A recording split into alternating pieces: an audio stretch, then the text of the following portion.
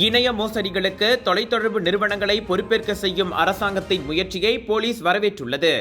அதற்கு ஏதுவாக சட்டத்தில் திருத்தம் செய்ய இதுவே சரியான தருணம் என புக்கிட் அமான் வர்த்தக குற்றப்புலனாய்வு துறையின் இயக்குநர் டத்தஸ்ரீ ரப்லி முகமது யூசுப் கூறினார்.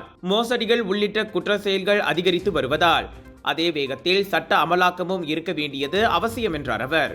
பண மோசடிகள், குறிப்பாக சமூக ஊடகங்கள் வாயிலாக மேற்கொள்ளப்படும் மோசடிகளை துடைத்தொழிப்பது வர்த்தக குற்றப்புலனாய்வு துறையின் முக்கிய வேலையாகும். கடந்த ஆண்டு மட்டும் இணைய பண மோசடிகளால் கிட்டத்தட்ட 1 பில்லியன் ரிங்கெட் இழப்பு பதிவாகியுள்ளது குறிப்பிடத்தக்கது. 2024 இல்லாத முதலீட்டு திட்டங்களை இருப்பதாக கூறி மேற்கொள்ளப்பட்ட மோசடி சம்பவங்கள் 80 விழுக்காடு அதிகரித்துள்ளன. அதில் ஏற்பட்ட இழப்பு 848.6 மில்லியன் ரிங்கெட் ஆகும்.